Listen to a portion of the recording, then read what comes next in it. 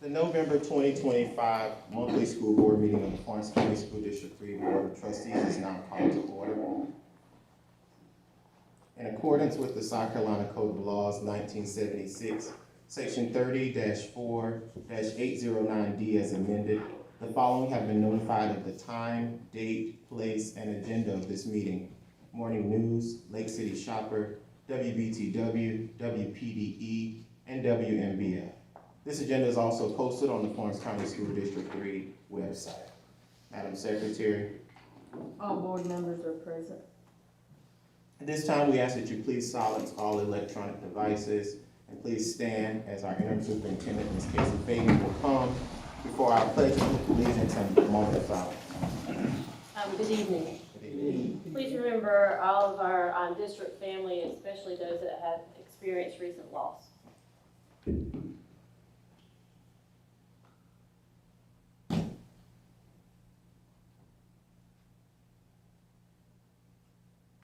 Pledge.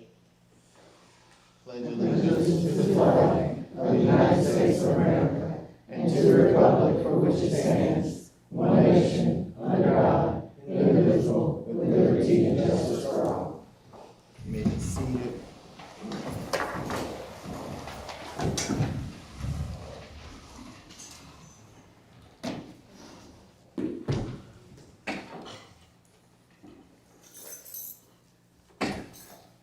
Board, I will now entertain a motion regarding the agenda.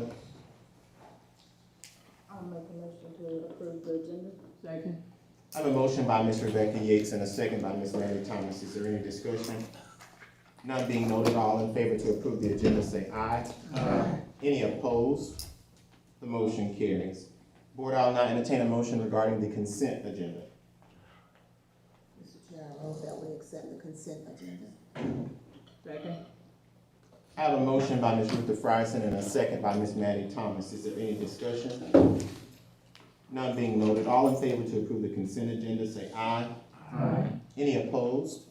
The motion carries. There were no individuals who signed up for public participation. At this time, we are down to the board chair report and report from other members of the board. I will go from Mr. Locklear. We will have any reports of any meetings or events attended that you'd like to share. You may do so at this time. I have nothing at this time. Thank you, Mr. Locklear. Mr. Kirby.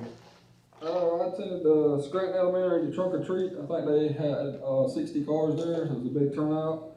And then the Scranton Elementary Big Hero Day, where all the law enforcement, police officers, and doctors and all come, and the kids got to dress up like them for a breakfast there.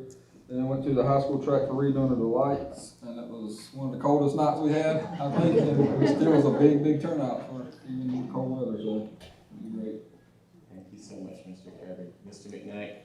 I attended the Veterans Day program at J.C. Lynch. Also attended the trunk or treat at J.C. Lynch. The Veterans Day program was very, very, very well put together. I applaud Mr. Devine and his staff for that program. Okay. Thank you so much, Mr. McKnight.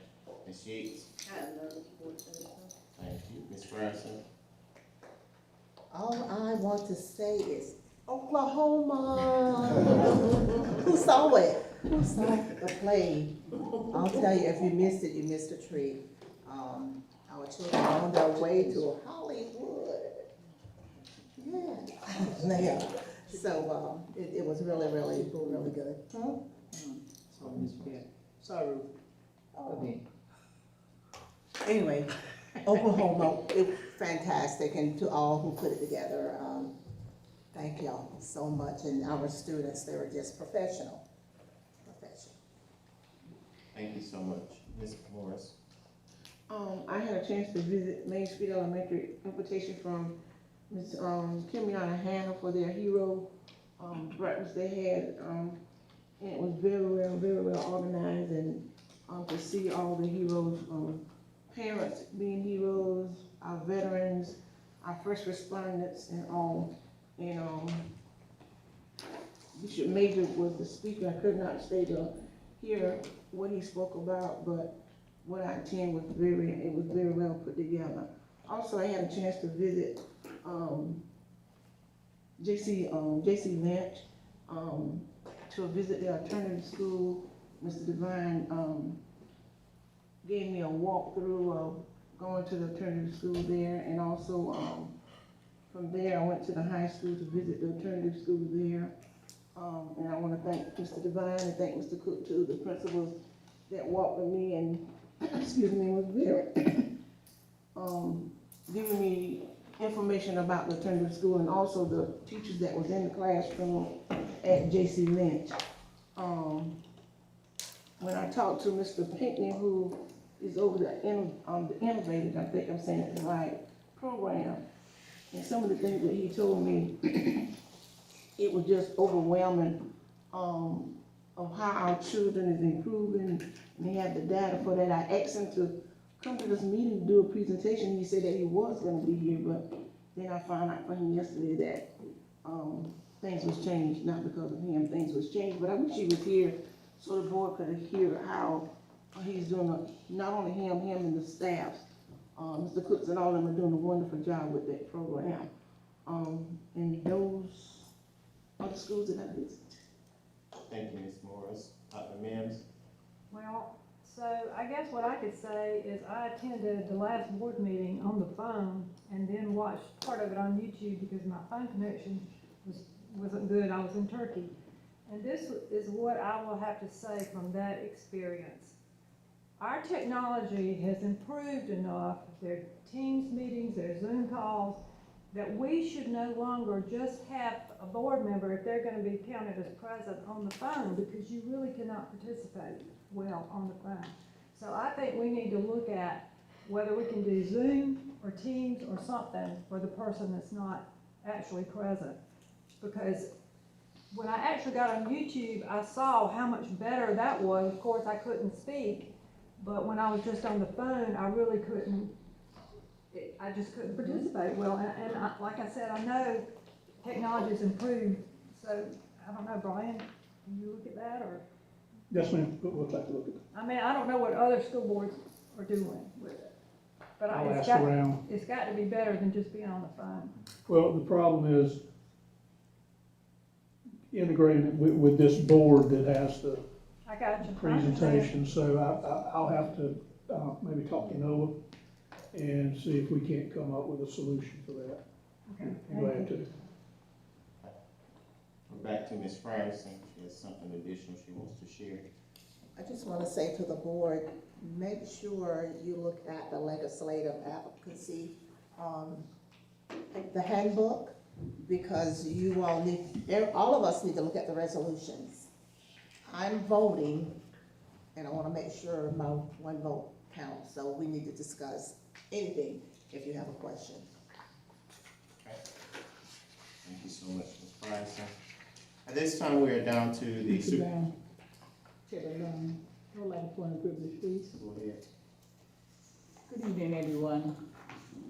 A few months ago, I happened to be on the phone,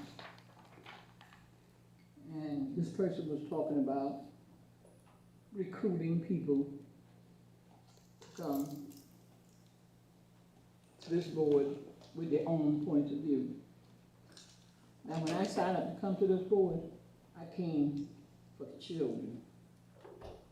That's what I came for. And they said, what's your requirement?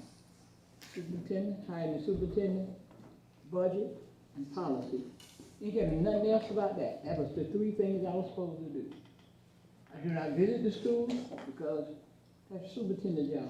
I'm not going to micromanage nobody. And if we didn't micromanage the prior one, not to her face, but behind her back, then I'm not going to micromanage the interim superintendent. Now, certain things are being presented. We cannot take care of one school. We visit all the schools so we will know all the school issues. But if we gonna keep spending money, when somebody come in here with just one school, after one school, after one school, that's not fair to the rest of the schools. And for 22 years in my private sector, I did budget. Line by line, 5 years, 10 years. But if you have never looked at a budget before, you come in here repeating stuff from the other superintendent, okay? That superintendent left because that's what she wanted to do.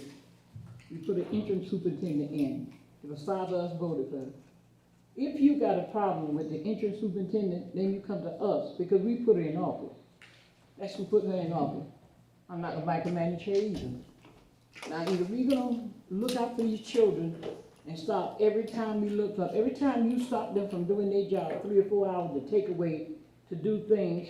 And this was told to me by the prior superintendent, she was not gonna be with this group no more. On this telephone right here is recorded the number where I made the phone call to the superintendent, and I said, why is this going on? Why do we need all of this right here? If I wanna say the prior superintendent, Laura Hickson, I will say that, because she was the prior superintendent. There is no perfect person here. If there is, I don't know him. I'm the most imperfect person there is. Okay, but anybody can take Laura Hickson's job where she had to pass and do it better. When I left my job, somebody stepped in that place and they did it better than me. I'm not gonna put nobody up on no pedestal. I don't believe in that. Now, Ms. Hickson did the best job she could while she was here. Now we put her in there, Casey, and I think she's doing the best job. I know she don't have 50,000 emails a day, so I appreciate her for that. But if we got a group of people that wanna go around here in Lake City, come to this meeting and talk to us about it. Let's not do this. Let's take care of the children. If you up here on a contract, your contract is over, then you have to leave. Because we don't have the money to do nothing else but that, not unless we offer you another position. I'm not here to hold nobody's job. Children is what I'm after. Now, everybody know my heart is with special need kids, and they know why. When you come to the school, you come looking for a job. Take these federal programs, they're gonna expire. It's over with. So we got a limited budget now. We got certain things we need to do. That $20 million, it's gone. Because every time you look up, they're looking for extra money to go where? We're not gonna take care of one school. We're not gonna do that. Now, they walked me half to death around here to see all these schools and everything. We know wherever screw is loose in these other schools. And I think every school is just important as Lake City High School. Every school is just important as that one. So we're not gonna do that. And I would appreciate those people out there, because I know your name. Be careful when you're talking and somebody on the phone. I know every last one of your name, not unless you recruit some more after that. Now, Ms. Hickson promised me she would not be a part of that no more. I hope she's not a part of that no more. Let's work for these children. I'm sorry somebody gonna lose their job. I know about people losing their job. That's the roughest thing in the world. But where are we supposed to get the money from? Take the money from the children and just hire you to stay in that position? That's what we signed up for?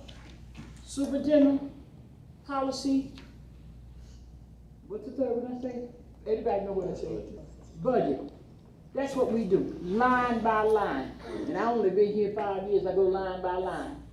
You know, we go line by line. That's what we do. Now, as he was voted for our chair, Chakelle Bryan. Nobody, and I will put everything on this I know, could have took us through what we went through like he did.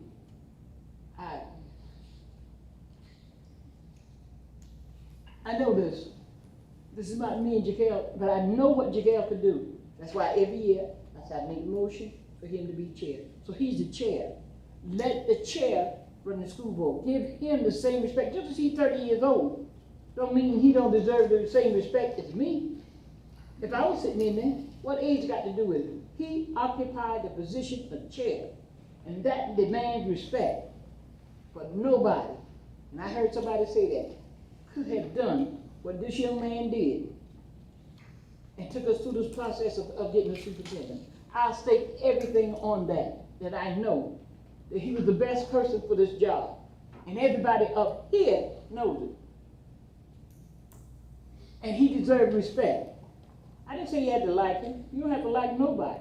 That chair position demands respect. So therefore, he had occupied that position. You must give him respect for that. Now, Maddie Thomas got a big mouth. She do. And sometimes things slip out like the truth or her personal feelings. She'd have to learn to control herself with that. Okay? But certain things you can say and do don't bother me. Nothing about how you don't bother me. But I'll close with this. We are here for the children. But if you have an issue with the person that we put in office, I will tell you, you have to have Maddie Thomas, Jaquel Brown, Jason. You know what I'm talking about. Yeah, and Rebecca. We the 5 people that voted for you. She didn't put herself in office. We did. I think she's doing a good job. But they take 4 and 5 hours out of their day for things that you and a street committee want to do, when they won't come in here and sit and tell us what they want to do, come and do like one of them did. Say there's only 2 people qualified to do something, which was a lie. We all qualified up here. The voters said we qualified. Okay? So let's do a little bit better with what we're doing. And Casey, I think you're doing a wonderful job, and I respect it.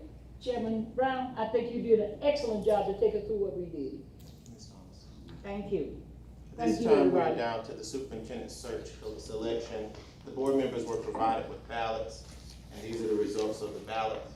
The members for the superintendent search committee will be Ashley Jones Floyd, Shayla Wilson, Tina Duarte, Jessica Morningstar, and Christy Flowers. Board members, if there are any requests to attend any meetings, please make sure that you let the board secretary know, as well as Ms. Acuna. At this time, we're down to the superintendent's report with Ms. Casey Fagan, our interim superintendent. Thank you. At this time, we'll have our finance update from Ms. Hope Gibson.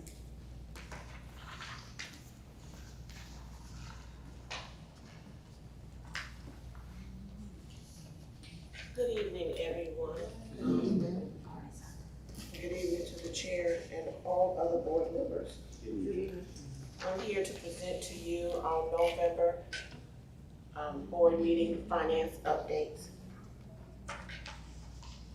Our mission statement, ensuring our students are college or career ready and are productive and responsible members of society.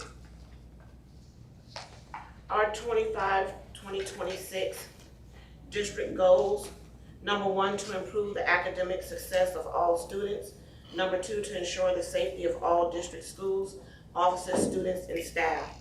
Number 3, to increase the number of students reading on grade level in grades K through 3. Number 4, to recruit, retain, and train excellent instructional and administrative staff. Number 5, to build effective school, community, and business relationships, partnerships. And number 6, to ensure financial stability.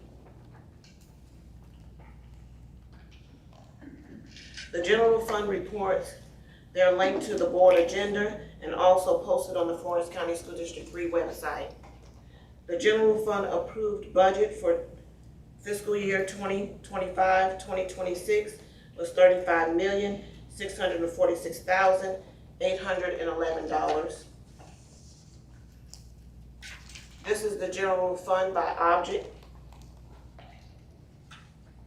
Are there any questions? Thank you so much. I have a question. Can you give us a balance the fund balance? Okay, the auditor is getting ready to come up behind me, which was on the agenda, and that'll be a part of her presentation. Thank you. All right, you're welcome. Anyone else? All right, thank you. Thank you.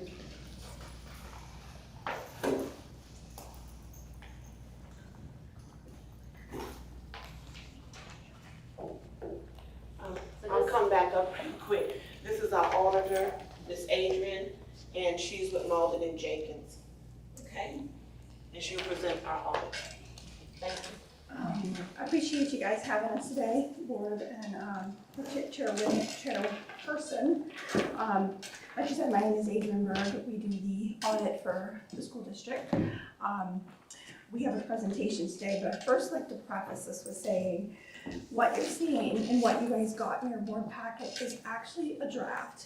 And the reason being is the OMB issues a compliance supplement every year that guides us on how we audit single audits. And at this time, that compliance supplement has yet to be issued. Typically, it's issued in May of every year, and then we use it for the upcoming year. But so far, the White House has not issued that. So we are working on a draft copy of the compliance supplement. We have performed all the procedures necessary under the draft, but since that is not issued, we are unable to issue a final report. What you see is substantially complete, and as soon as the compliance supplement is issued, we will issue the report for you guys, and we do not anticipate any changes. That being said, the draft copy of the report that you guys have will be what is uploaded to the South Carolina Department of Education website as required before December 1st. In fact, as soon as I leave this meeting, I will hit the submit button on that.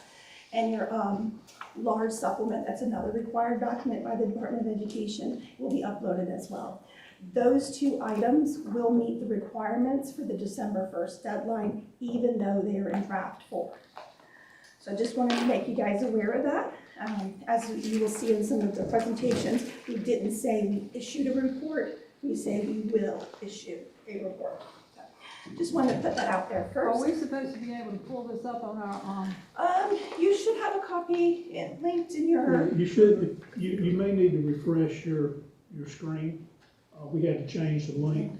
Or you scroll all the way to the bottom, it's on I the very tried that bottom. too, it didn't work. Just have, oops. On the private attachments. Yeah, I can't get it either way. if you would Refresh. like, I can give you this one and work off the screen. Brian, can you?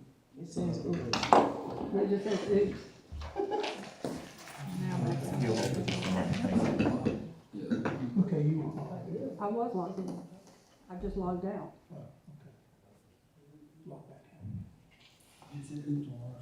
Yeah, I had to go to the bottom, scroll all the way to the bottom.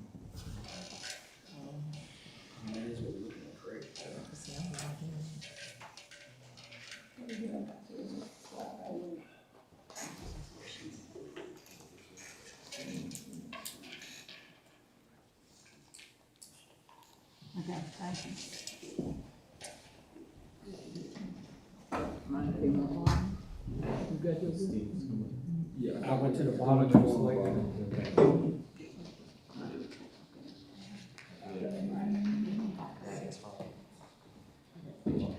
All right, wonderful. Like I said, this is just our audit results presentation. You guys also do have a link to the full draft of the audit report in your board materials as well. Just a quick, for the presentation, I'll talk about the engagement team, the results of the audit, financial trends of the district, and then I'll open it for any questions or comments. A little bit about our firm. We're located, it says 6 states. We actually just bought a firm a week ago, so that's now 8 states. It's out of Louisiana and Houston, so we are growing. We serve a lot of counties and a lot of school districts. We do over 16 school districts in the state of South Carolina. Do that way. We have some responsibilities under the gas auditing standards. And just a few of these are that our audits was performed with gas and the government auditing standards. Part of what we do in our audit is we consider the internal control structure for the purpose of expressing our opinion. And our objective of this audit is to provide reasonable, not absolute assurance to the basic financial statements are free from material misstatements. And the basic financial statements you'll see are the responsibility of the district. So the report on the 2025 basic financial statements, as it said there, we will issue an unmodified opinion on the basic financial statements, and that is considered a clean opinion. And that opinion saying that the financials are presented fairly in all material respects, and our responsibility does not extend beyond the financial information contained in the report. We also issue 2 other opinions as part of this, and the plan, again, is to issue clean. So we have no material weaknesses or significant deficiencies identified, and we have found no instances of non-compliance. And like I mentioned at the beginning, the single audit is required by the uniform guidance. We did go ahead and audit that based on the draft. And what pushes a single audit to be done is you spend more than $750,000 in federal funds, which the district did. So therefore, that pushes you guys to have a single audit. You guys are considered a low-risk auditee, which means we only have to audit a minimum of 20% of your total federal expenditures. And then this year, 20% was only one program. So we only had to audit school food service. And as I said before, we had no material weaknesses, no non-compliance, and no issues identified as of today. I think I said that. Next one is just kind of, I'm not gonna read them, but it's just kind of summarizes some required communications we have to share with the board. It's just saying that you guys have some significant accounting policies. Those are in note 1 of your report. But in considering the policies, the district was not involved in any controversy or emerging issues. The district uses various estimates, and we agree with those estimates. We received full cooperation from district management and staff. There were no disagreements with management on accounting issues or financial reporting matters. We had no past audit adjustments, and any adjustments we proposed were posted to the district's financials. We also request representation from management relating to the accuracy of the information, and we will receive that once we have an audit date. We had no consultants with other accountants. And information and documents containing the audited financial statements. Our responsibility for other information and documents containing the district's basic financial statements in our report does not extend beyond the information in this report. We are independent in regards to the district, which is a required part of an auditor. I think then the next slide will go, one more. The good stuff. This is what you guys will look at. I'm a visual person, so I like to see kind of how we're doing in numbers. As you see, I have data here from 21 to 25. The blue would be your revenues each year, and then the green is going to be, red is going to be your expenses. As you can see, over the last couple years, your revenues has been more than your expenditures, and I will say part of that is that gap right there was that ESSER funding. Right? A lot of the expenditures that were previously, before 2021, were in the general fund. You were able to use some of the ESSER funds to cover that. So that's why I think you see this year, your revenues and expenditures are getting much closer. Again, this is a direct reflection of that within the general fund. And this is just the general fund balance. You'll see the change in fund balance went from roughly $2 million for the last 4 years, and this year it went down to $487. You still had more revenue than expenditures, but it was less. And again, that's mainly attributed to the ESSER funding going away. Next slide. This is in regards to the question that was asked about fund balance. Again, I'm showing you the expenditures is your blue line, and your fund balance is your red line. So you can see the correlation has grown slightly over the last 2 or 3 years. Again, we'll point that to ESSER funding using some of the money that general fund used to be. At the end of 2025, the fund balance was $15,476,216. The DOE requires an 8.3% minimum fund balance. The GFOA recommendation is 16%. Right now, the district is currently at 42.6%.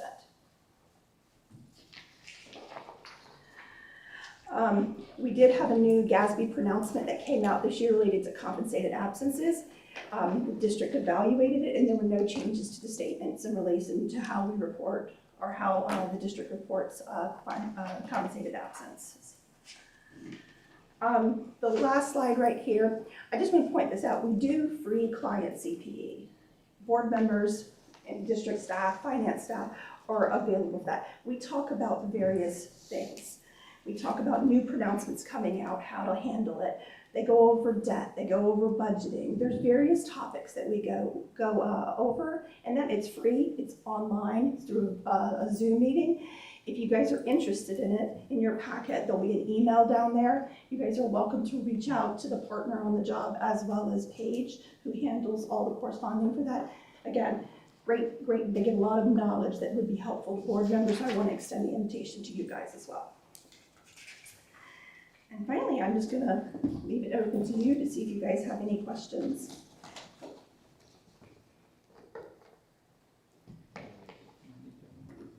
Any questions for?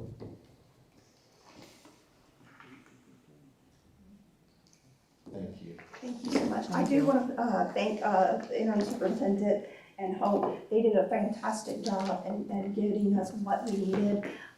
Each and every year, we start the audit earlier and earlier, and that's a testament to how hard they are working throughout the year. So I do want to thank them for all their assistance and knocking the audit out even earlier this year than we have in the past. So thank you so much, you guys. I appreciate you having me. Thank you.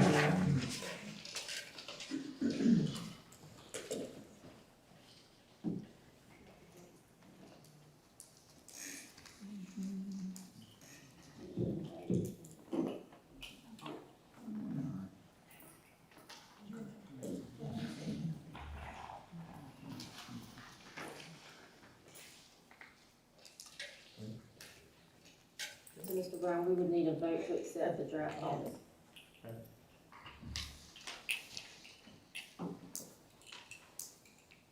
Board, at this time, I'll not entertain a motion regarding the draft audit. I move that we accept the results of the draft audit for the 2024-2025 fiscal year. Okay. I have a motion by Dr. Julia Mills and a second by Ms. Ruther Fryson. Is there any discussion? None being noted, all in favor to accept the draft audit for the 2024-2025 fiscal year, say aye. Aye. Any opposed? The motion carries. Thank you once again. At this time, we'll have our human resource update from Ms. Angela Scott.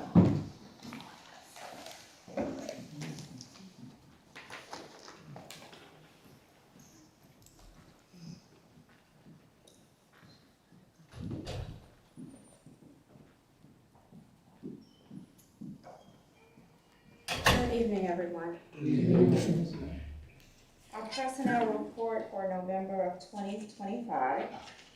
First, we want to begin by doing staff recognitions. On November the 3rd through the 7th, that was National School Psychologist Week. November 11th, Veterans Day. November 19th, our Educational Support Staff Appreciation Day. And November 21st will be our Substitute Appreciation Day. We welcome you to meet our teams, starting first with our psychologist team. They are dedicated to collaborating with both our educators and our families. We also have as well our veterans who served in the military and continue to serve in our schools. And finally, we have our educational support staff as well. These individuals help our students thrive academically, socially, and emotionally. We appreciate each and every one of them for all that they do. Just a reminder again, we send out job alerts every week. You can log on to our website and sign up to get our job alerts that come out weekly.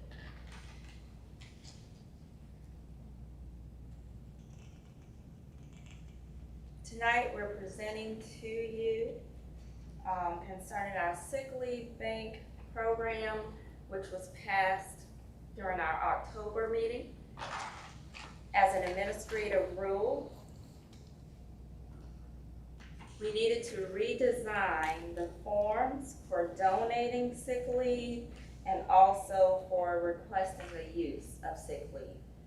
The reason that we redesigned the forms was to make it simpler for the employee to understand and also to make it very efficient for human resources and finance to move those forms along quickly. Are there any questions about those forms?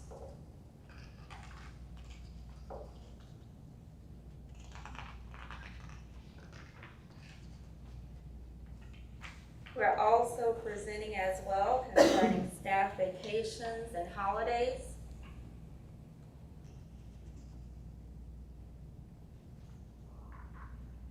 We actually are asking for action on our policy GDD, support staff vacations and holidays. It was revised earlier in March of 2024. There is some language that we needed to remove that we do not do in Florence School District 3. It would also mirror our policy GCD, that is professional staff vacations and holidays.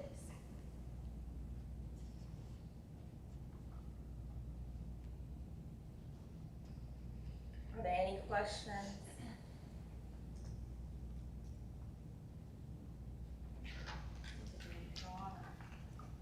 Board, I'll now entertain a motion regarding policy GDD revisions. Mr. Chair, I move that we accept the policy GDD, support staff vacations and holidays. I have a motion by Ms. Rutha Frierson and a second by Ms. Rebecca Yates. Is there any discussion?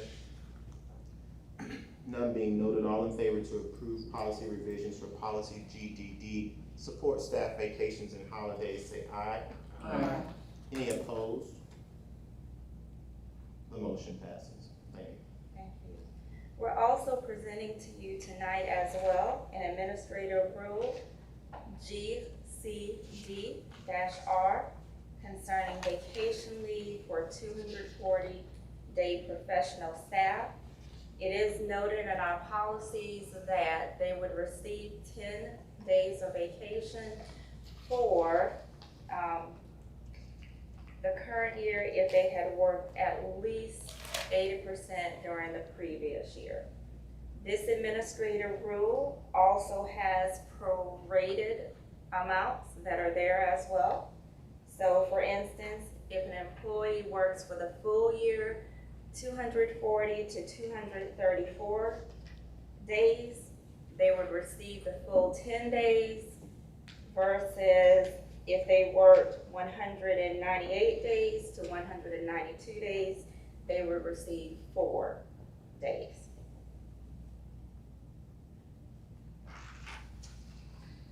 As well, we're presenting to you GDD-R,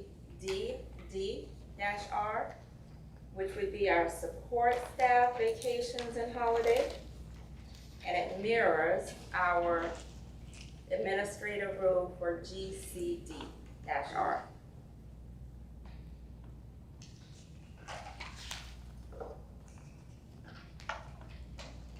Are there any questions? Thank you. At this time, we'll have our instructional update from Ms. Mary Howard, who's our Chief Academic Officer.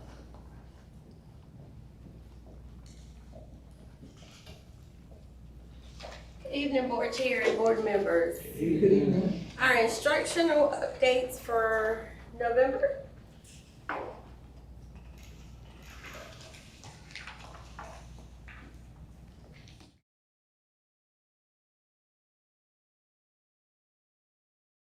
Our first slide is the board goals, which focus on Goal 2, academic achievement, to improve the academic success of all students, and then Goal 3, reading readiness, to increase the number of students reading on grade levels and grades K through 3. Tonight, the first means of action for me is last month I brought before you the district wellness policy. I just need to take out a wording or a phrase in the policy ADF. Currently, what we read last month, it says will be determined by the South Carolina State Board of Education. And you know, we just did our food service audit and preparing for that, just going back through the documents very carefully. We need to take out will be determined and change that terminology to is approved by the South Carolina State Board of Education. So Board Chair, I do need action to change that wording in policy ADF. Board, at this time, I'll now entertain a motion regarding the policy revision for policy ADF, district wellness policy. I'll make a motion to approve the policy revision for policy ADF, district school wellness. Second. I have a motion by Ms. Rebecca Yates and a second by Ms. Maddie Thomas. Is there any discussion? None being noted, all in favor to approve policy ADF, district wellness policy revision, say aye. Aye. Any opposed? Motion passes. Thank you. On our next slide, I want to share with you tonight some accountability. As you know, the State Department of Education released our school report card ratings. So I wanted to bring you some updates on that. Schools earn points based on student performance and growth. And when we look at the chart that you're looking at, when you look at academic achievement, that's our SE Ready scores for our 3rd through 8th graders, and then our end of course exams for your EOCs for high school students.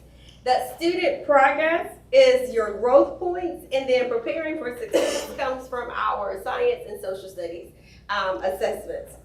Each school also gives a school climate survey that's worth 10 points at both levels, and then multilingual learners, that is for schools that have a greater ML population, more than 20, to be considered a subgroup. So all of our schools don't get those 10 points.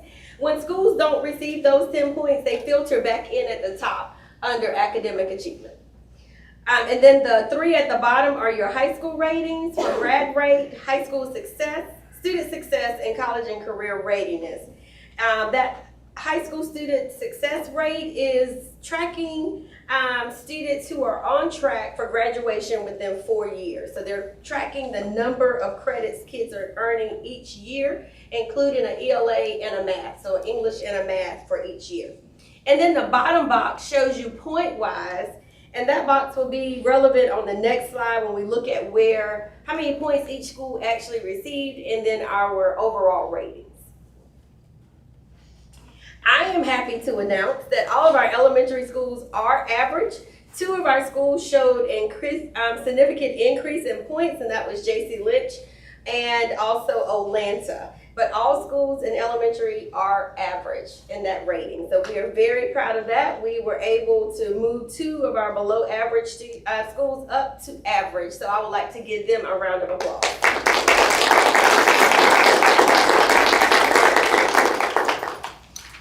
And then on our next slide, we have our secondary reports. And on our secondary reports, you can see that we did show growth in points.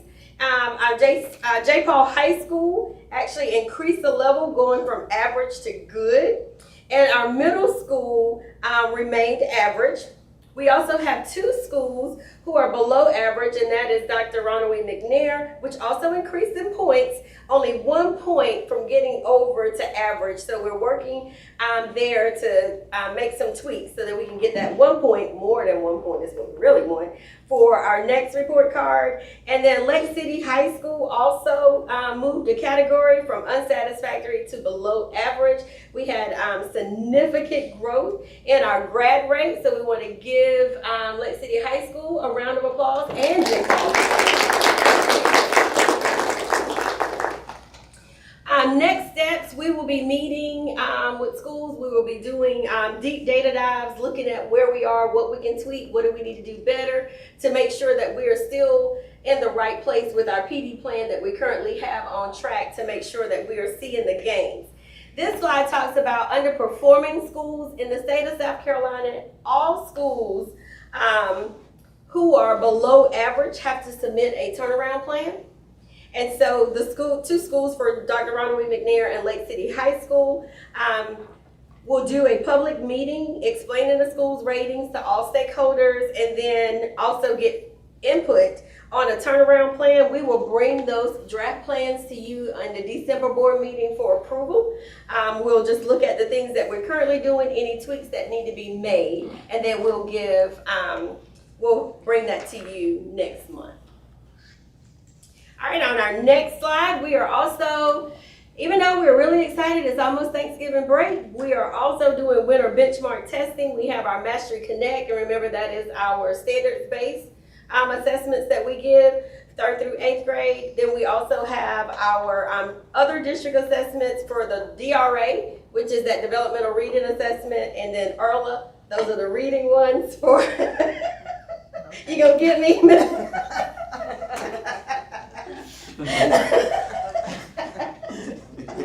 Those are all reading tabs there, and that will be with our elementary level. We're just tracking that growth to go back to our board goal to increase those reading levels. And then we have our rating assessment. Students will take in ELA and math for K-6, and then our middle schools will continue to take math, which is connected with their Read 180 and Math 180 programs there. And also, after Thanksgiving, when we come back, high schools will kick off with their end of course testing there. So those schedules have been posted on schools' websites as well if you would like to take a look at those. And on the next slide, like Mr. Kirby said, the coldest night in November, we had reading under the lights, but believe it or not, we had a great turnout. We were freezing. As you can see, people wrapped in blankets and everything else. We have great participation. The PD Council of PSLA, which is the literacy council that serves all the PD area districts, donated books. Our Lower Florence County Educational Foundation was on site, playing games with students as well. Our very own culinary arts department provided light refreshments that night. Each school set up a table to do literacy games and to give away books. And the Lake City King Street chapter of Delta Sigma Theta was also there to give school supplies. So we had a great turnout, a great community event, and so we were cold, but the kids didn't seem cold. As you see the girls dancing and performing, and the band was there, and the band did their thing, and they were just twirling on the ground like it was 70 degrees, and we were all over there like this. So thank you so much for coming out on a very cold evening. Lots of books were given away to build those at-home libraries. So again, we do thank parents for coming out to that event. That's become an annual event for Florence 3, and it's very exciting to see kids come out and do word activities and literacy activities to continue to promote our 30 for 30. And then our next slide, we had some schools to receive the Santee Electric Bright Ideas grant. We have 4K at Lake City Early Childhood Center. Miss Stacy Gambrell's class received a grant.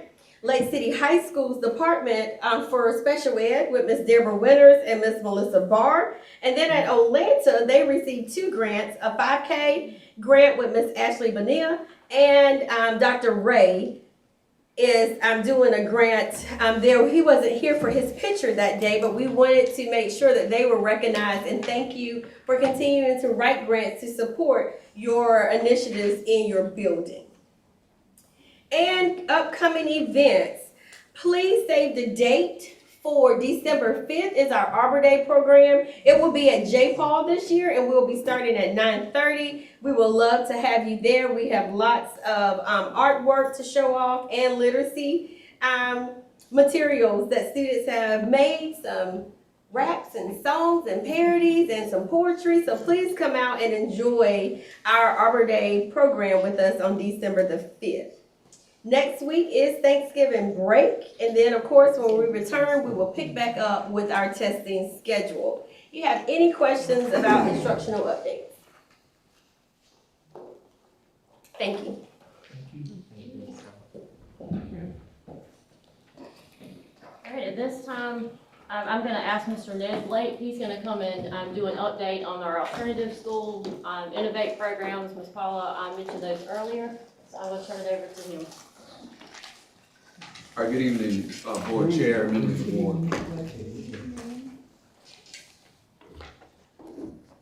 All right, so this evening I'll be presenting on our many alternative programs. And the first one I'm going to talk about is our Innovate program.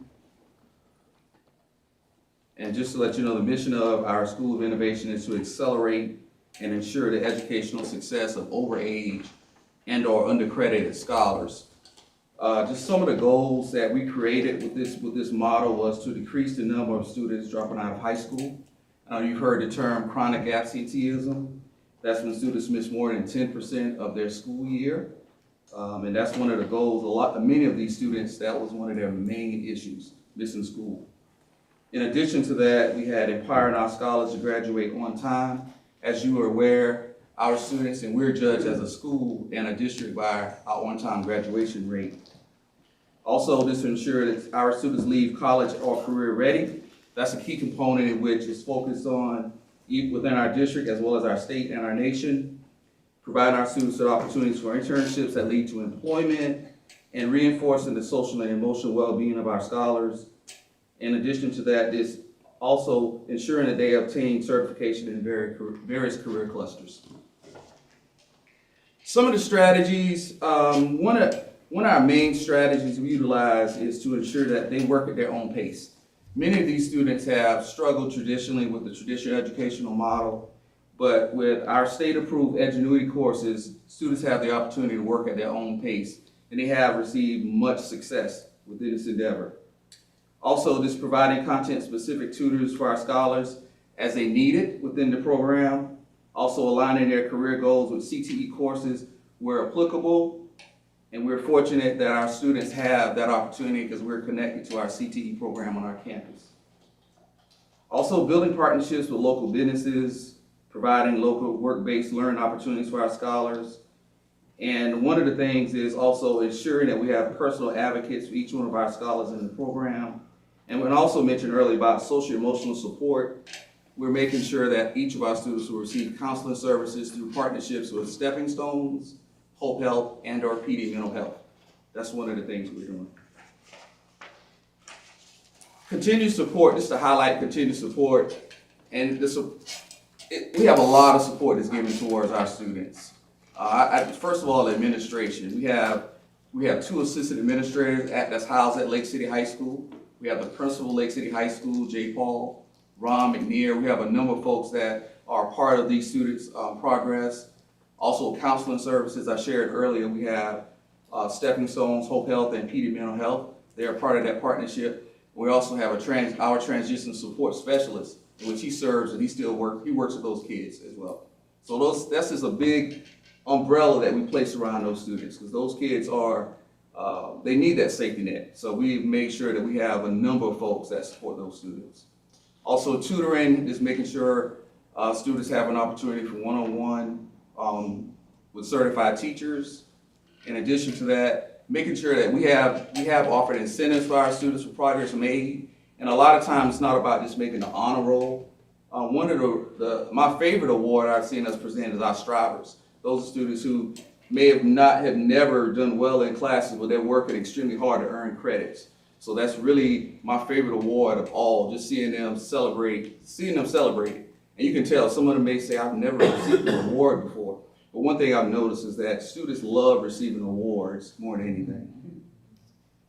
In addition, we're looking at, when they complete classes, we're gonna look at doing a bell ringing ceremony. We'll just ring the bell. So that'll signify that somebody knows that the kids are completing classes, especially within the Edgenuity platform. Moving into second semester, we do have a number of students who are middle school students who are over age, and they're going to transition taking at least 2 classes face-to-face at Lake City High School. Those kids are currently in our Innovate program. So that's one of our successes that we're really proud of.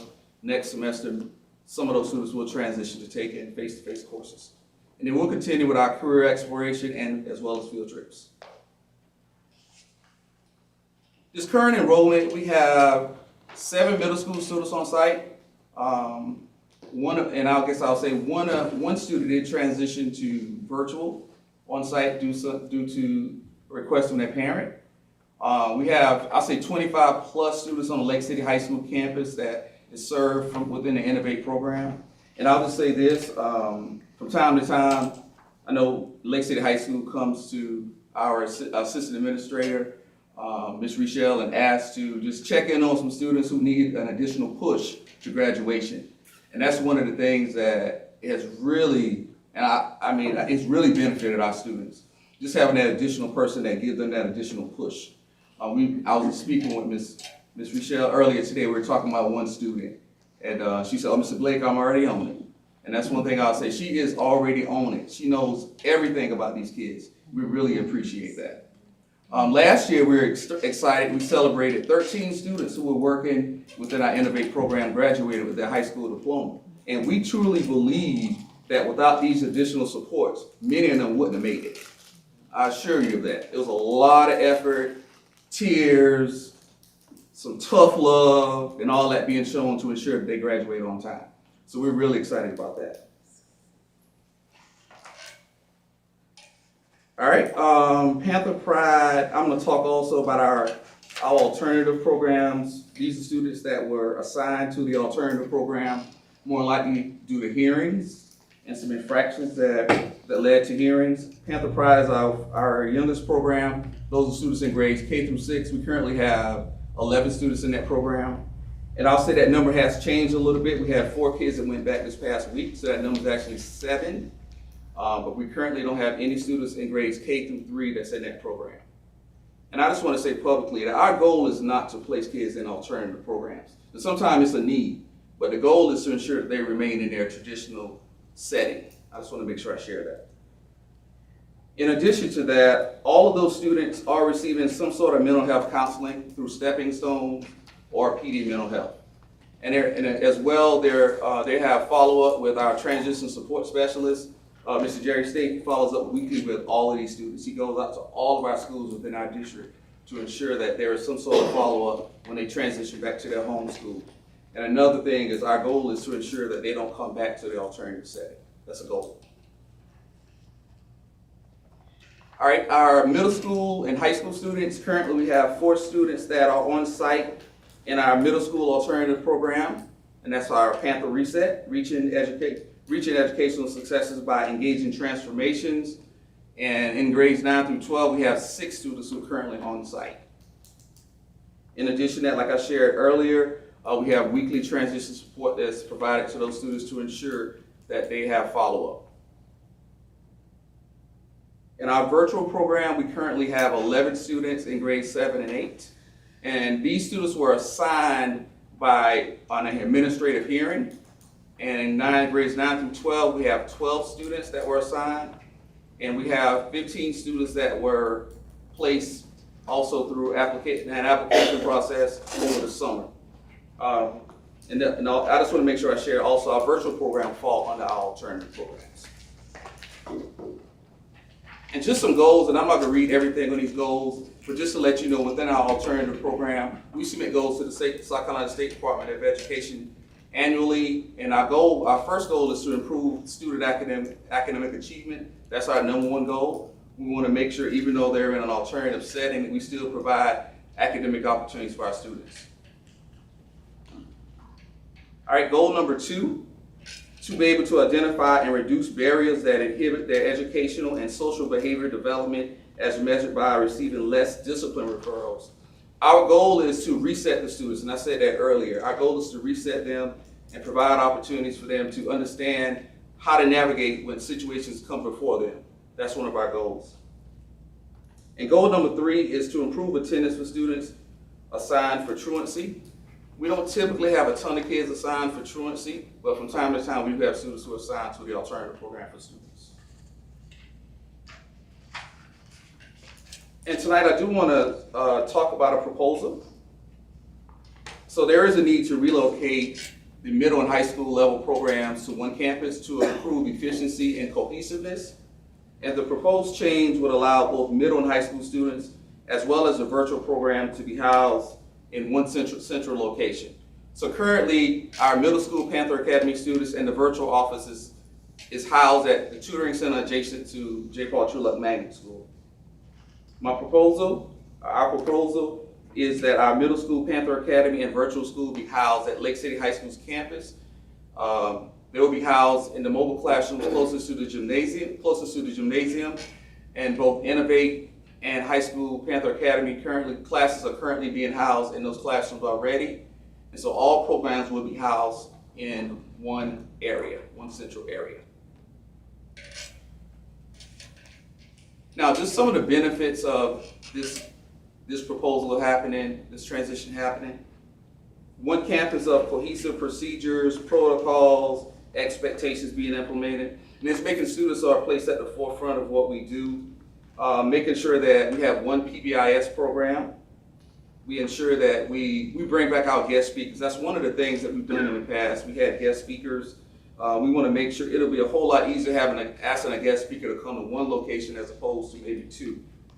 Also making sure we continue with our community service efforts, restoring our community partnerships, and also reinvigorating our parenting events. The staffing piece, that's going to be a critical element for us, and we really believe having all programs at one campus and under one umbrella is going to help each one of us provide support to each other. Our alternative virtual school administrator will be housed at one location with all of the students. So that's going to be a huge benefit as opposed to that person going back and forth from campus to campus. So we will be able to support each other more and more, and it'll be one cohesive effort to work together. We will go back to having our coffee meetings, and this were meetings that were held weekly with all of our students at one time. And coffee stands for Communicating Outcomes Favorable for Educational Excellence. And these meetings, during that time, we celebrate students. Students get a time to celebrate each other. Students get a time to celebrate staff. They share pleasantries towards staff members, what they've done to assist and help them. And so that's one of the things that we're going to make sure that is back in place as we have one site. Also, registration orientation will be held at one location. Students will continue to maintain course credits. And that's one of the unique situations that we have. If a student doesn't have a violent offense, we have allowed them to potentially still attend some classes on the high school's campus. And that's within a partnership with Lake City High School and CTE. But it's only if students had a violent offense. I do want to share that when that happens, students have adults that take them to those classes and they stay with them. So we do have staff that go with those students and stay with them if they are to go on the high school's campus. But the goal is to ensure that they maintain their credits, especially if it's an in the course class. Because with in the course classes, 20% of their final grade is based on an in the course assessment. And we don't want to take kids out of that setting and place them in Edgenuity without having a face-to-face teacher. So that's been one of the benefits of making sure that that's in place. Also, this one SRO. One of the things is Lake City High School has a great SRO, and we want to utilize his talents and provide opportunities for him to educate students on law, just on questions they may have. Because a lot of time our kids have questions about, what about this? What if the police stop me here? What should I do? So this gives us an opportunity to have one SRO to actually educate those students. And like I said earlier, just making sure all three programs work together to strengthen each other and our students' overall well-being. And next slide is logistics. There will be some moves that will need to take place. And I just have some logistics on here of where folks would move. And like I said earlier, our high school kids are already on the campus, our high school Panther Academy kids, as well as our Innovate kids, so they wouldn't have to move. But there are opportunities for our other students to move. I have met with Ms. Driggers in regards to the move already. We've already looked at each mobile. We've looked at some work that may need to be done to some of the mobiles. He's checking HVAC. He's looking at flooring. He's looking at just making sure all the safety features and everything are in place before this move. And our goal is to make this move take place in January of 2026. So when our kids come back after December, they will be housed on the high school's campus. All right, and a lot of logistical things, and I can go back to you can see the bottom of that slide right there. Just to give you an idea of where the mobiles will be located. In Mobile 9 is where our transition support office is located. Mobile 10 is where our middle school students will be. Our Innovate Classroom is currently housed in Mobile 11, and our Mobile 12 will be our administrative office. So as you can see, all of those kids will be right close to each other, and they will have lots of support. They have two adults that's right there in the close vicinity. And right across the way, across the breezeway, you see Mobile 6, that's where our high school classroom is located. So how many of these mobiles are we using now? Currently, right now, Yeah. so currently, right now, we're utilizing mobile 9, 10, and 11, and 12, and 6. We're not using, 10 was used for an office for our administrator to come back and forth from the virtual center. But right now, all mobiles are being utilized. That's not JROTC storage, but the rest of them are already being utilized. But you said they've got to be renovated. Not renovated. I said, so there are some places and spaces where we need to look at flooring, like maybe pull some tiles up and replace some tiles. Not no heavy renovating, but it's cleaning them out, making sure the HVAC is working properly. But not no heavy renovations. Just maybe little things like tile. So what kind of shape is the building that you're using at J. Paul in now? That's at the virtual center. Right, what kind of shape is Oh, the that's building? that's in good shape. Yes, ma'am. That's in good So we're shape. not gonna be using that building at all? That's a tutoring center. That's all we're gonna be using? Yes, ma'am. So it's not big enough to move everybody to that? Oh, no, ma'am. No, ma'am. It's not. I just hate to see students with mobiles, I especially as understand. old as those mobiles are. I understand that. So there's no other space to have them all together? Not to my knowledge. What about Main Street Elementary? Yep. When we did a walkthrough at Main Street Elementary, the building over there, there's nothing in that building, nothing's happening in that building. So, Yeah, Dr. Fleming, shared with us earlier this week or last week, I can't remember, but she has moved some, related arts into that building. So there's only 2 empty classrooms in that building right now that's not being utilized, correct, Dr. Fleming? In the main building? The one Yeah. story, The 100. 100 building? The OT, PT, speech, school nurse, are over in that building. I just wanna say, like I say, but first let me get this straight right here. My questions that I asked and everything has nothing to do with our interim superintendent. This is just me because I care about our children. And I sat down and met with her this week. And I met with her after she received this job, after she was voted for this job. I told her the reason why I didn't vote for her, but told her that if I don't want her to fail, because if I want her to fail, I want the district to fail. And I'm gonna support her in any way I can. But when I got questions, I'm gonna ask questions. Yes, ma'am. You know, that just me, you know, love me or leave me, I'll be okay with it. So now, getting back to what you're saying, I mean, first, I'm just agreeing that we should move the middle school to the high school. I mean, well, for one, I don't think we should move the middle school to the high school. And for 2, we talk about those mobiles. And I don't know what y'all see that we don't see, but we talk about those mobile. We even talk about we need to get rid of the mobiles. absolutely. So, and we're dealing with alternative children, these children who we, for say, may call, children that have behavior problems. So just like I said in my meeting, when I met with our interim superintendent and Ms. Angela and Tarnell, don't make the children feel worse than what they feel. Put them in an environment that is just as well as the other children. And that's, my heart is for the children. So if you want me to do well, then help me to do well. Help me to do well. And that's just the way I feel about it, you know.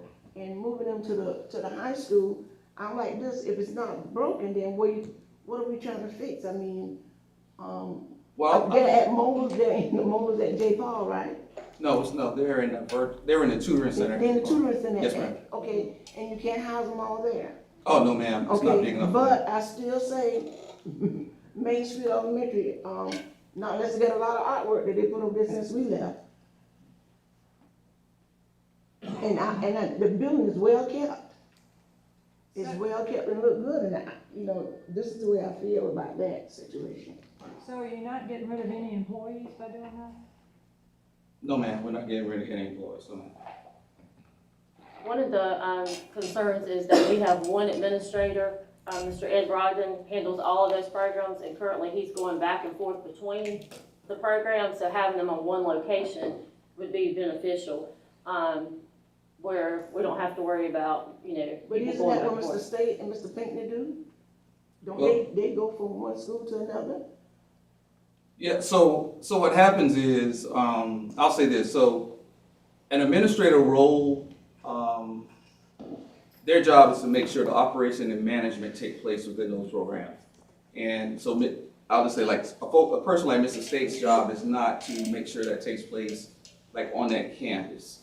And so having one place to ensure it and it'll provide more efficiency with just operation and management as opposed to, let's just say something were to take place at the high school, and let's just say he's currently at J. Paul, he has to try to get over there, or he can call somebody. It's just a process, and we're trying to shore that process up. So it's this one cohesive area in which everybody can feel supported more than anything. We have one cohesive area, and then the staff could actually support each other. Because from time to time, there may be a situation where a staff member has to step off campus. Now, having an additional staff, somebody else can step in and help support during that time as well. The thing I think that needs to be brought into the conversation is the fact that the alternative school was already in one building, and we advocated for it to go to the high school so that students could participate in career and technology classes. And that school is now being utilized, that building is now being utilized by the charter school. Second part of it is Mr. Blake, myself, and Ms. Morris, when we restructured the alternative program, we went to view a alternative program where all of the programs were on one campus.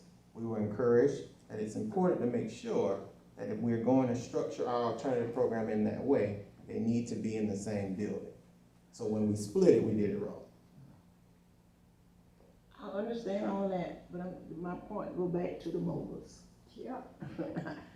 I'm not arguing about the Okay, moment. I I'm just understand saying everything they you're do need saying. to be in one space. Yeah, right now it seems like we're more concerned about the administrative being in one place than thinking about our children. I'm just reading. Let me Well, the administrators being in one place is a safety It's a concern, safety, yeah. I know it is, I understand that. and our goal is But safety. I understand that, but let's still make sure that we have the best for our students. And the mobiles. Y'all So, see and the I'll mobiles? say this Y'all as see well. the mobiles? We saw the outside of the mobile. We have a lot of We didn't classrooms go in. already. We didn't know. Mr. Blake is speaking. Yeah, so I'll say this as well. I'll say that our students are at the forefront, and within the alternative setting, this is a temporary placement for our students. The goal is for them to work themselves back to their home schools. Ultimately, we would love to say we have no kids in an alternative setting. That's our ultimate goal, not to have any kids in an alternative setting. Now, are the mobiles probably the most ideal setting? I'm not gonna say yes to that. I'm not gonna say yes. I agree with you on that. But I can say just looking at our mobiles and where our kids are at, for the most part, things work out. It's not heating HVAC wise. I hadn't heard any concerns in regards to that or anything like that. It's been okay. The kids do their work. I visit from time to time. The only thing they may complain about when can they go back? That's their biggest complaint. But overall, though, and then housing on the high school's campus, it allows for certain things to happen. Because if we were at a site where we didn't have high school teachers, tutoring couldn't take place. Because those teachers now can actually come and assist kids, let's just say while they work in their Edgenuity classes as needed. Or you can take a kid to a teacher's classroom and have one of our adults walk into a teacher's classroom during their planning period so they can receive maybe one-on-one if they need it. So that's the benefit of having it on the high school's campus. But like I said, I'm not going to say that the mobiles are the most ideal setting. I'm not going to say that. So my question is, how many vacant mobiles? Maybe you said it before, but how many are vacant for that we can house the students in? That's not being used now for anything. That's not being used at the high school's campus. So right now, we would utilize, within our proposal, we would utilize, like I said earlier, one for our transition support, one mobile for our middle school classroom, one mobile for our Innovate classroom, one mobile for our high school classroom.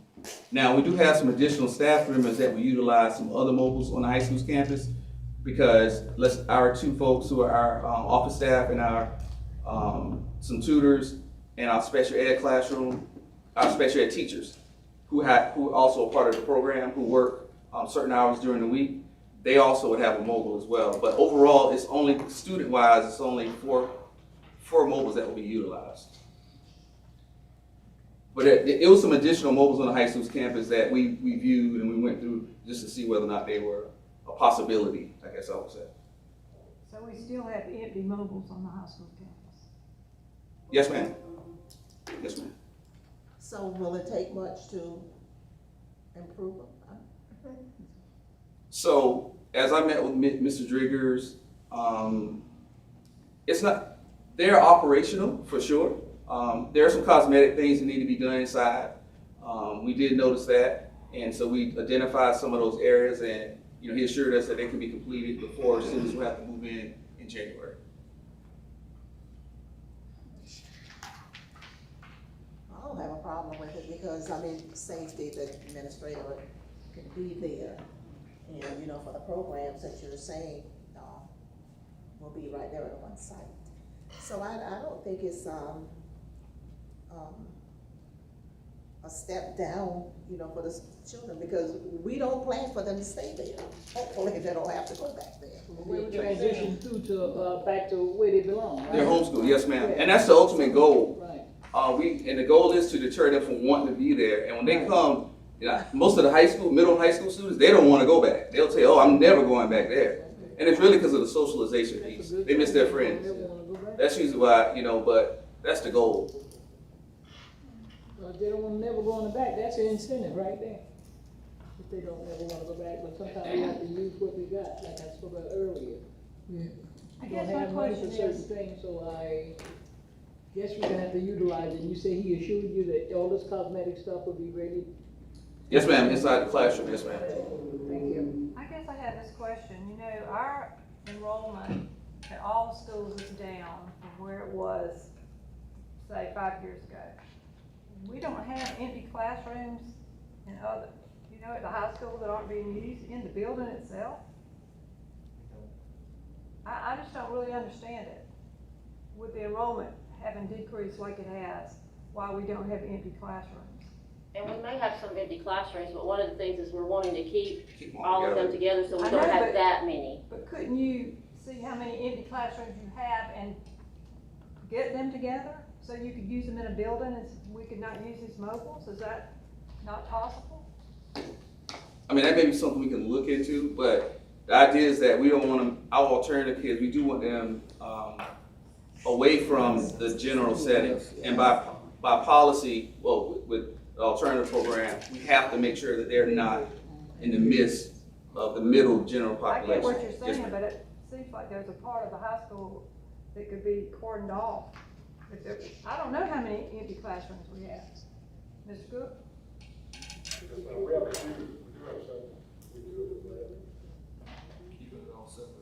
Right. I'm just curious as to this. I mean, Right. enrollment's definitely down. Right. We're not a 3A or a 4A school. We're a what? 2 right? Exactly. So Right. there's got to be classrooms somewhere. I just feel like we're not looking at our facilities and utilizing them to the best, because I hate to see anybody get a mobile. Right. I really do, except for maybe the new mobiles that are at J. Paul. Gotcha. Do we have any other classrooms that are in mobiles at the school though? Is there other mobiles that are used? This is not the only classroom that's used. Oh, There's I'm other aware of classrooms that. all over the Yeah. place. I hate to see us using that when we've Yeah. got empty classrooms in a building. But I realize that's not your issue. Mr. Chairman, maybe we That can was- go visit Dr. the Mills, schools that- again? Dr. See Mills, what that was they- offensive to Mr. Blake, because that is his issue. No, I mean, it's not his issue that they're empty classrooms, that's what I meant. I didn't mean about the mobiles. Mr. Blake, if you all, Ms. Fagan, Mr. Huckabee, if you all will come back to us in December, I understand that it's a short timeline because your goal was January. If you could please, with Coach Cook, evaluate the facilities in the building of Lake City High School to try to accommodate a wing or a hall. Okay. And if that is not possible, then if you'll bring this back to us. Yes, we can do that. Thank you. All right. I did not mean to be offensive, I'm sorry. Oh, no, ma'am, you're fine. No, ma'am, you're fine. That's not. All right, I thank you all. Thank you, Mr. Blake. Thank you.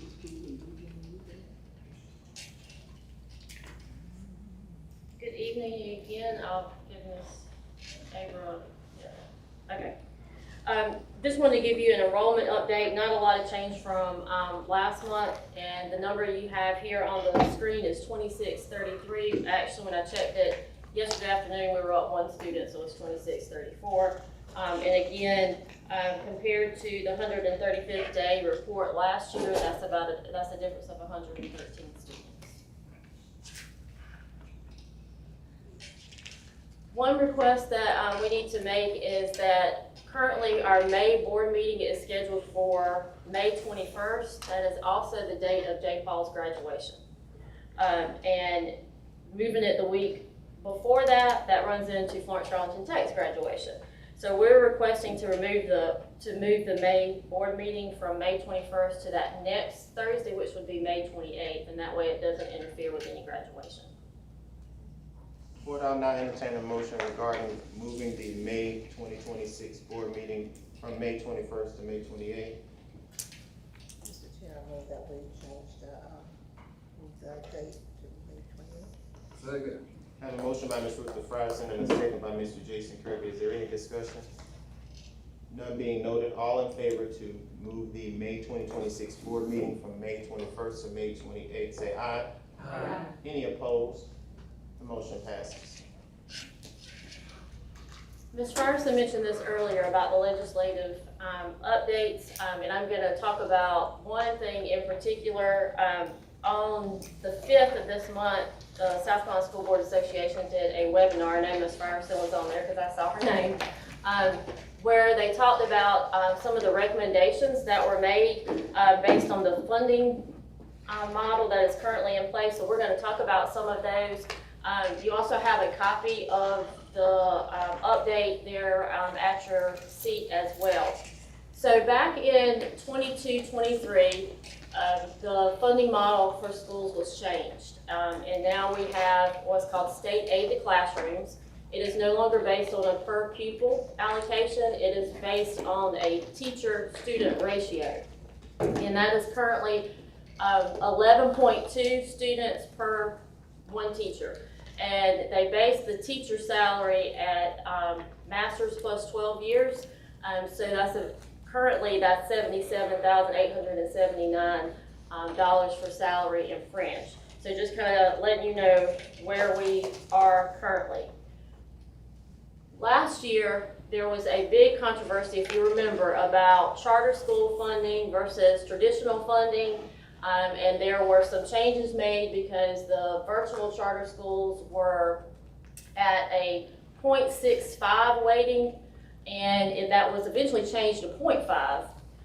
But one of the other things that came out of that is that the Office of Revenue and Fiscal Affairs was to evaluate the current funding formula and make some recommendations. So they came out with those recommendations near the end of October. And I'm going to share with you those recommendations that were made. Again, these are just recommendations. The legislators do not have to adopt these, but this is what was suggested. The first thing deals with the weightings.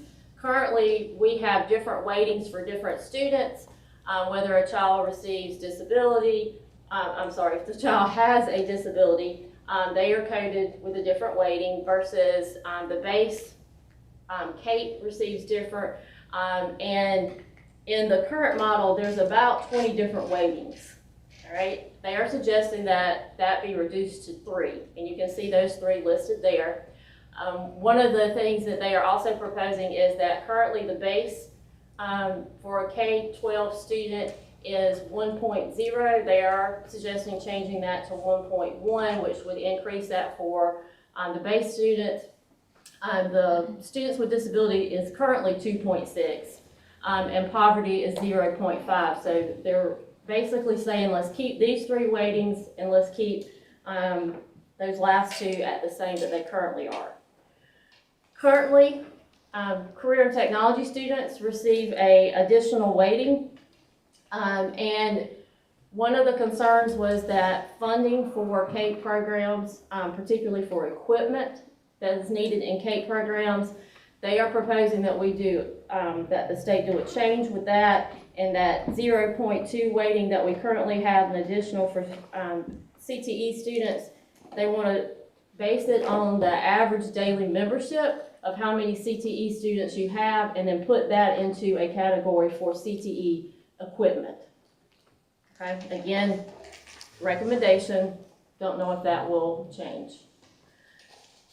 They want to consolidate funding by increasing the base weight from 1.0 to 1.1, and they want to completely eliminate those three that I have there. The limited English proficiency weighting, they get an additional weighting, gifted and talented, as well as academic assistance. So what they are proposing is to increase the base from 1.0 to 1.1 and get rid of all these additional weightings.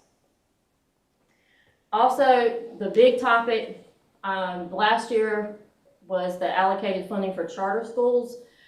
Charter schools that are brick and mortar get one weighting, charter schools that are virtual get a different weighting. And so what they are proposing is that charter schools kind of be taken out and have a separate funding pot.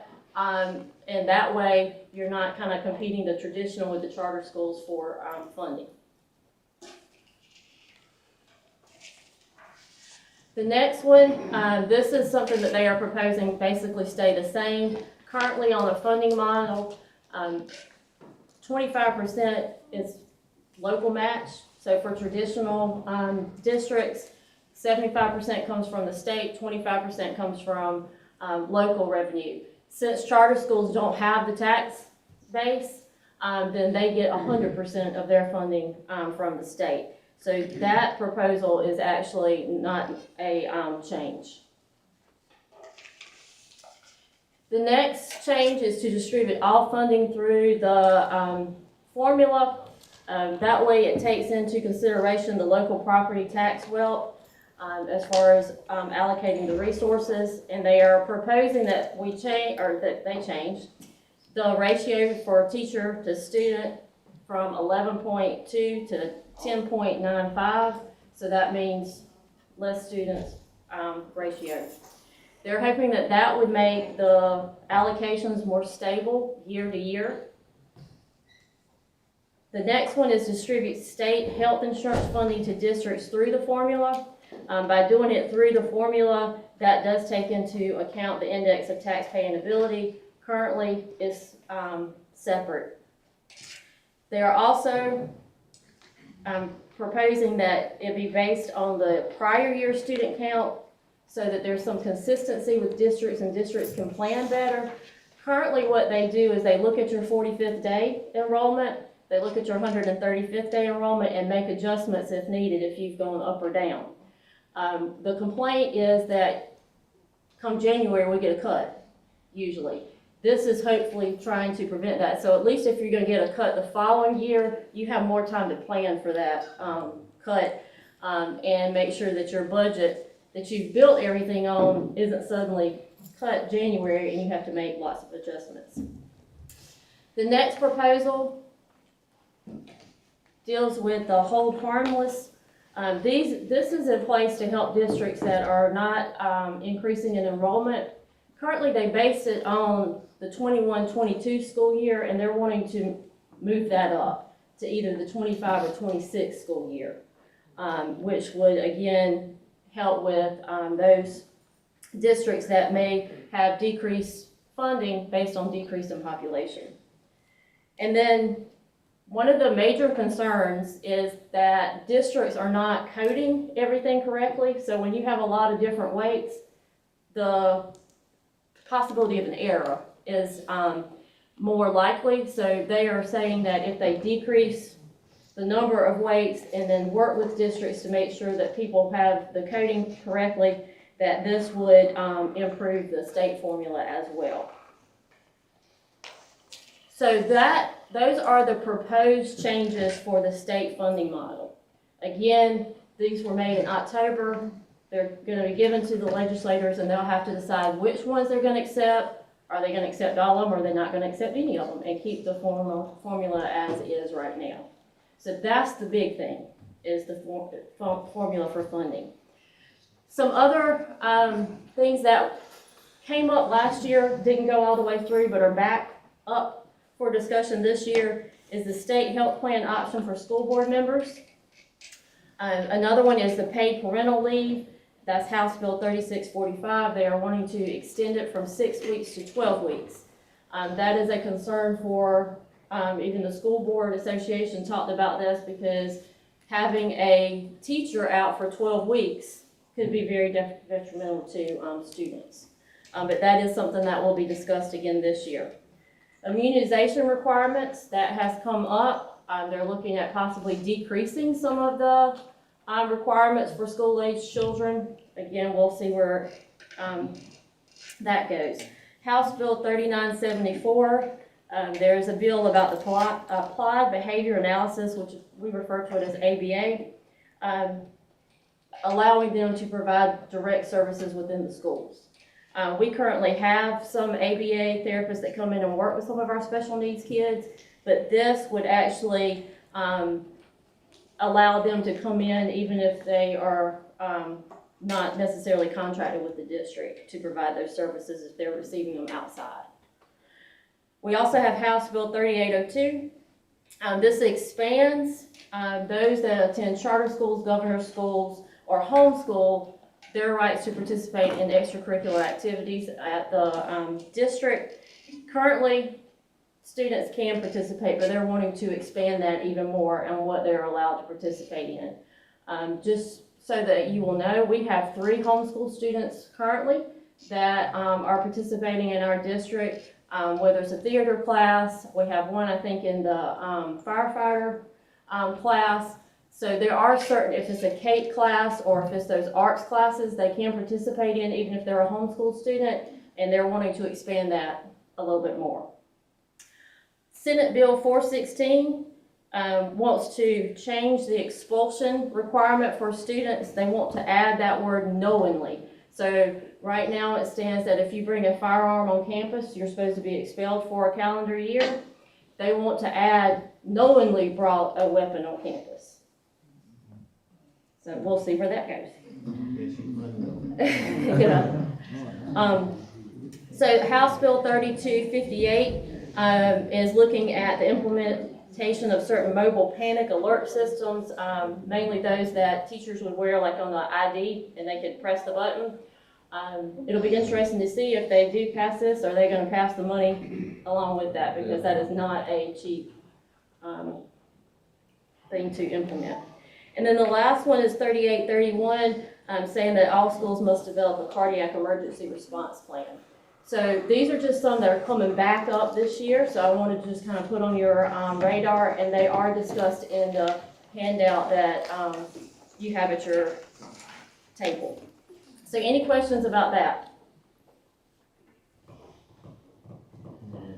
All right, the next thing is I was asked to provide the numbers for employee bonuses from last year, and I wanted to share those with you. So in December of last year, employees received Christmas bonuses totaling $786,213.52. These bonuses were given to full-time employees, part-time employees, and even those employees that are purchase service, meaning that we contract them through another company. The retention bonus that was given at the end of the year last year in May for those individuals that were returning, that total was $411,581.37. So that brought the total for the bonuses that were given out last year at almost $1.2 million. So I was asked to provide these numbers, and the district can decide to do the same or how we want to move forward.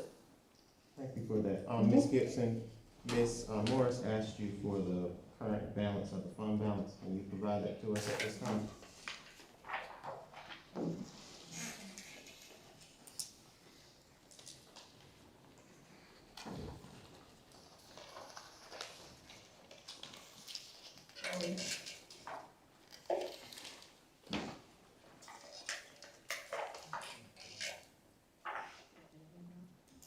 Just take one and pass it down for me, please. Thank you. I didn't count, you should be in.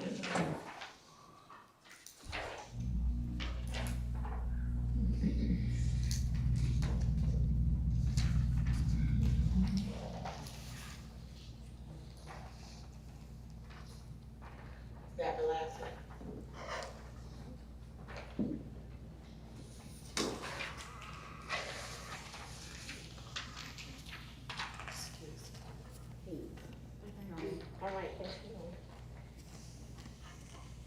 Okay, as you, heard the presentation from our auditor, as you can see, the very first number, which is $15,576,216, and it has across the end of audit. Mistake that amount. Say the amount again, you said it incorrect. 15,476,216. Everybody concur? Okay. Sorry about that. Okay. So as you look across, it says end of audit for fiscal year 2024-2025. Okay. So we wanted to make sure we had that fund balance before we give you what has been approved, the stadium upgrade. What was requested and the board approved was $3 million even. That will come from that fund balance. Also, the purchase services for the board approved in October was $1.2 million, which is for purchase services. So that will come from the fund balance.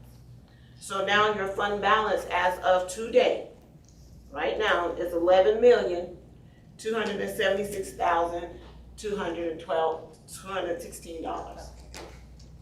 So anything you want to do from that will be taken away.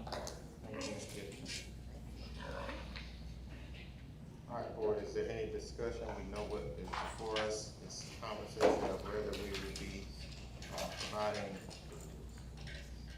Christmas and retention bonuses.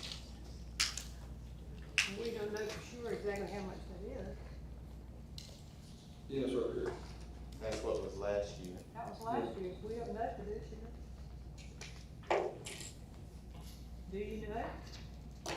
You know what the amount would be for this year? Well, it depends on what you all approve for what the bonuses will be. Now, I did do a breakdown. Go ahead and present it to me. Okay. So, if you don't want to do the same amount that was done last year, I actually went through for a reduction amount for 80% and what that would be and what the ending total of your fund balance would be. So if you take this and pass it along. So you did 80% of what we did last year? If you want to reduce how much we did last year by 80%. I also did it if you want to reduce it by 60%. How about if we want to do the same? If you want it to be the same, that is the very first one on there for last year. Well, let me make sure everyone has one and then we can, there should be 2 sheets. Everybody should have 2 sheets. Okay? It goes all the way to 20%. Should be 2 sheets. I did 80, 60, 40, 30, and 20. Yeah, I think we all messed up with all the. I'm so sorry. 2 sheets.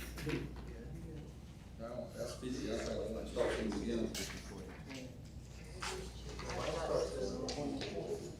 Oh, no, you're right. You got the very first one, you missing one too. Okay. And you may have to share. You got the first one, this is the second. I got 60 bucks. I should have stayed. Everyone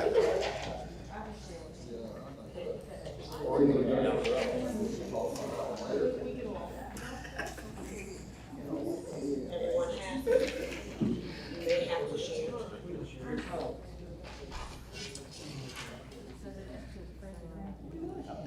Okay? Everybody has it. All right, I'm gonna go through it. If you look at the very first top, it's just like the first page I just gave you with the stadium upgrades being taken out from the fund balance and the purchase services. Now, last year, you see that, that's the second little bulletin there. So if we do the same thing as we did last year, it would be $1,197,794.89. That would be the total if we do the same thing. And so that amount of our fund balance will decrease to $10,078,421.11. If you decrease it reduce it by 80%, then our fund balance would be increased. It would be 10,317,000. I'm so sorry. Okay, go ahead. Okay. It would be $10,317,980.08. If we reduce it by 60%, what's in red would be the total for the retention bonus and for the Christmas bonus. So if we reduce it, that amount would be $718,676,093. Okay? So the net fund balance will still be more. Okay? So we would have $10,557,539.07 in the fund balance. So the more we reduce the retention bonus and Christmas bonus, the more we'll have in our fund balance. And I'm taking what's in red, where I says total, I'm taking it from that $11,276,216, the very first bulletin. That's where I'm taking it from each time when we reduce it. So how much, okay, if we do the same that we did last year, how much is the bonus per teacher or per employee? Well, it varied last year because it depended on how long you had been working in the district as far as like that year. So bonuses and with the purchase service range from $150 all the way up to $2,500 is what was given last year. And I did kind of do a little estimation on that as well. So this is what it'll kind of run you. If you do the 80%, and if you do all the way to 20%. And so that'll help you decide. And the retention bonus last year was $1,000. What, the teachers, this don't have the 100% though, it was 1,500 and then 25 for principals and. Yeah, administrators. Staff. And that's why you see the first one, there's employees, and the second one is administrators. Yeah. That's why you have two numbers. Yeah, all these are the same. Yeah, it's just one sheet. Yeah, this just don't show the 100% what it was last year. No, I did not have that. I just did the It was reduction. 1,500 and 2500. Yes, So you're correct. exactly how much money do we have to keep in the fund balance to meet the state requirement? Okay, on the presentation that she did, it's 8%. We're at 40. And then, 16% is what we actually have 42%. Yeah, we're Way over. Way above. So we can afford to do the same. Yes, 8.33%. Yes. And then, GFOA, which is our our governmental finance office association, they want us to have 16%. But we're at 42. Right, but the State Department is 8.33%. Okay. But us as a district, we have 42.6%. I just want to make sure you know what the governmental financial association requested. It's 42.6 with the 15 Yes. million that's in the fund balance. We've As- already taken some of that out. Right. But if we do what we did last year, we'll still have 10 million in the Yes. fund balance. Yeah. So I- Yes, yes. About to say we did stay the same. I'd say we stay the same. Yes, we'll have 10 million. We stay All the right, same. board, I'll now entertain a motion regarding the, employee bonuses for this year. I move that we give the employees the same bonus that we did last year. Second. I have a motion by Dr. Julia Mims and a second by Ms. Ruthie Price. Is there any discussion? None being noted, all in favor to issue the employee bonuses the same amounts as last year? Aye. Aye. Any opposed? The motion carries. Board, at this time, I do need to, point of privilege, request a motion for meeting extension. Somebody, 7:45. Mr. We're on Chairman, our 8 o'clock, yeah. I move that we have an extension meeting. Second. I have a motion by Ms. Ruthie Price and a second by Ms. Paula Morris. Is there any Mr. discussion? Chairman. Yeah, parents. Any further discussion? None being noted, all in favor to approve the meeting extension, say aye. Aye. Any opposed? Motion passes. And Mr. Huckabee has a very quick, update on the facilities. I will make it quick since we're past 8 o'clock now. We'll start at Lake City Early Childhood. We're continuing with installation of mechanical equipment there. Schneider has started pulling cable for the business automation system. They've been working nights, weekends, holidays, whenever they can, and since we're gonna be closed next week, they will take advantage of that time to get some more work done. I know they're planning to work Monday, Tuesday, Wednesday, and then Friday, Saturday, and maybe Sunday over the weekend while that building's empty. We expect the 1B project to start winding down in December and then close it out in January and be finished with 1B by then. Fire alarm upgrades, we've done purchase orders for alarms at Lake City High School, J. Paul, Ron McNair, and Lake City Early Childhood. Those are the ones we can get done by June 30th, and once the new budget rolls over in July, we'll enter purchase orders for the remaining locations for fire alarms. We haven't received official notification, but according to information that was linked on the State Board of Education's agenda for the November 4th meeting, we will receive $500,000 in the school safety priority funds. And if you recall, we plan to dedicate all of that money to the fire alarm project. So hopefully we'll get official notification soon, and when we do, we'll be sure to let you know. Playground equipment for elementary schools, I believe, New Idea was supposed to start installing equipment at Scranton today. Then they will go to Atlanta on Tuesday, and so both of those should be finished by the time students come back from Thanksgiving break. J.C. Lynch's, that equipment still hasn't been delivered, but we expect that that'll be done probably before we actually go out on Christmas break.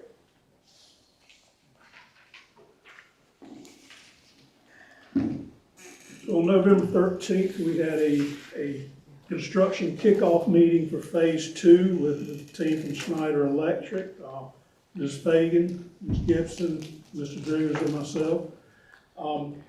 Schneider has begun issuing subcontracts. They've done that for all the mechanical, electrical, lighting, and roofing. And we've created a web page on our website that will provide regular updates on the progress of all of these projects.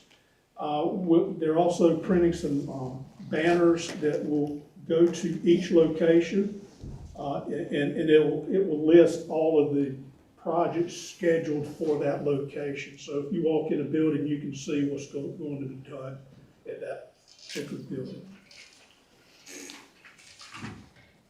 We have received bids for the stadium scoreboard, as well as the marquee sign at J.C. Lynch.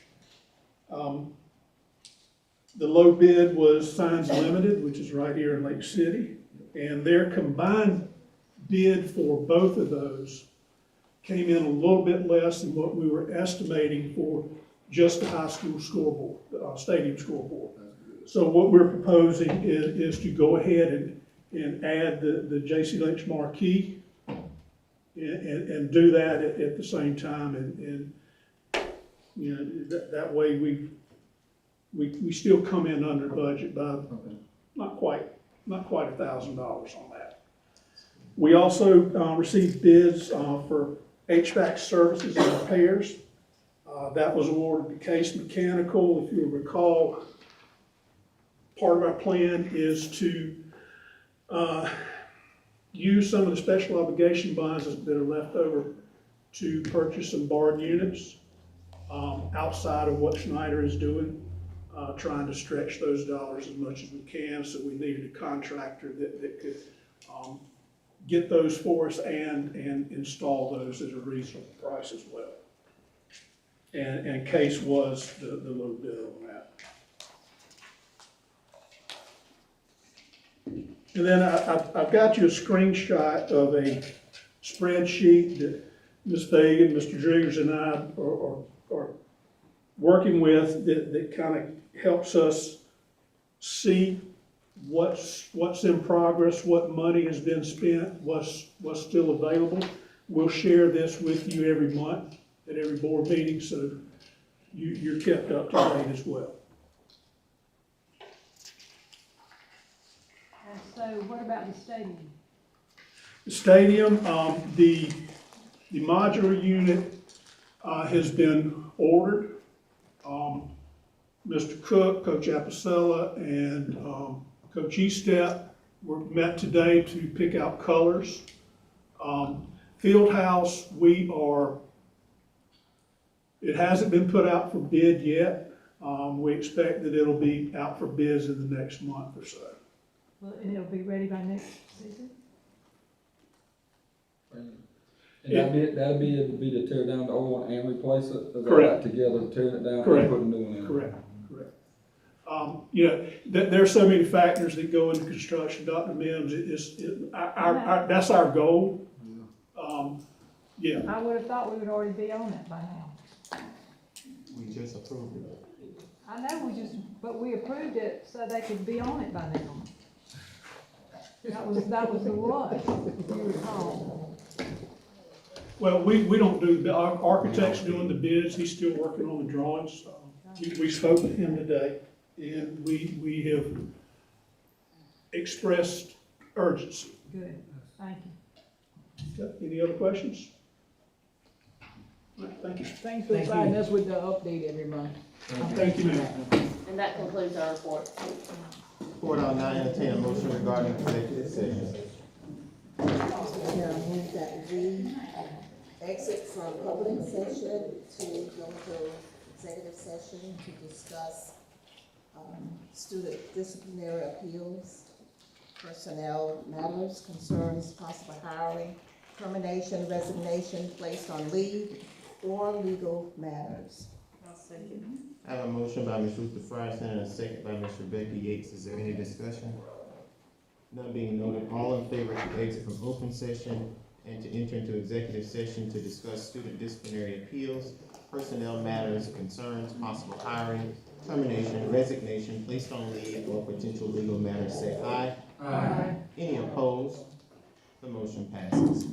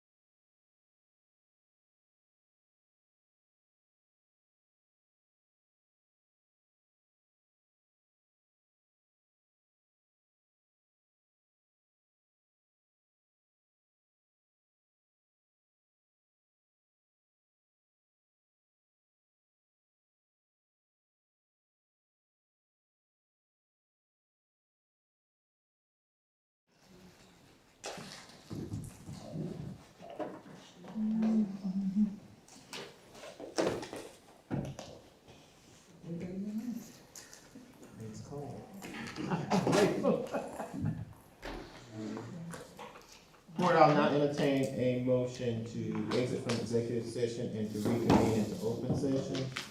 I'll make a motion to exit from executive and reconvene into regular session. Second. A motion by Ms. Rebecca Yates and a second by Ms. Maddie Thomas. Is there any discussion? None being noted, all in favor to exit from executive session and reconvene into open session, say aye. Aye. Any opposed? The motion carries. There were no matters that needed to carry over from executive session, so at this time, Board, I will entertain a motion to adjourn. Motion to adjourn. Second. I have a motion by Ms. Maddie Thomas, a second by Mr. Jason Kirby. Is there any discussion? None being noted, all in favor to adjourn, say aye. Any opposed? The motion